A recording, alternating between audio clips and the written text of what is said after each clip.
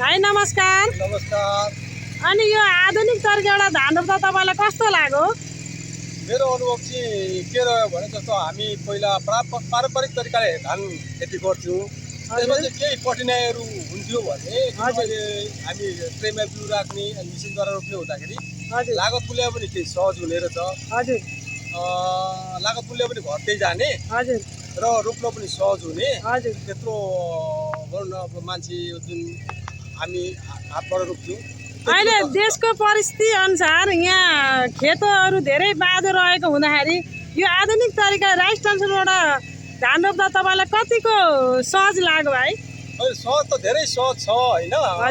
यसबाट राइस प्लान्टरबाट धान रोप्दा धेरै सहज छ भनेर चाहिँ अब जस्तो के हुन्छ भने राज्यको नीति चाहिँ राम्रो तरिकाले आउनु हो भने त्यस हाम्रै तराईका कुनै पनि खेतहरू बाजा चाहिँ रहँदैन।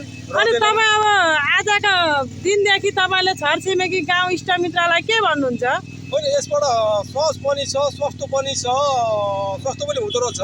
जस्तो अब 1 बिघा रोप्नलाई हामीलाई त अहिले हाम्रो लागत 10,000 रुपियाँ छ भने हामीले मान्छेकोबाट गर्नु भने 10,000 मा हामीलाई पुग्दैन। अनि हैरान चाहिँ कतिको हैरान पनि हुन्छ उता भने यता। अनि यहाँ सुन्नु न, तपाईँलाई यो श्री पुष्पाञ्जली महिला कृषि सहकारी ज्ञान केन्द्रले 50% छुटमा ल्याएको रात कस्तो लाग्यो? ठिकै, एकदम यसमा त एकदम यो अनुकरणीय र सकारात्मक काम भन्नुपर्छ। यो राज्यले अझै पनि यसलाई विस्तार गर्दै जाओस् कि नजाओस् होला? राज्यले त यस्तो कुरामा अझै ध्यान दिनुपर्छ। जस्तो अनुदान दिने मात्र होइन, भोलि किसानले उत्पादन गरेको धान त्यो पनि उसले लिदिने एउटा जिम्मा पनि लिनुपर्ने। अनि यहाँ सुन्नु न, अब अहिले भर्खर निर्वाचन भएर जानुभएका सरकारहरूलाई के भन्न चाहनुहुन्छ तपाईँ? अहिले हाम्रो निर्वाचित सरकारलाई चाहिँ किसानको हकितको लागि चाहिँ कसरी हुन्छ जस्तो उत्पादन नगर्ने होइन। नेपाली किसानहरूले प्रशस्त मात्रामा उत्पादन गर्छन् तर के भने बजारको मूल्य छैन। ल 500 र 600 रुपियाँ मनमा बेचेर सकिँदैन दिन, लागतै आफ्नो उठ्दैन। तर अधिकांश हाम्रा तराईका जमिनहरू बाजारका छन्। सरकारले यसमा चाहिँ अलिकति ध्यान दिने र मूल्यमा चाहिँ अलिकति हेरिदिने हो भने हामी खाद्यान्नमा चाहिँ आत्मनिर्भर हुन्छौँ। हामीलाई 16-17 अर्बको खाद्यान्न आयात गर्नुपर्छ भन्छन्।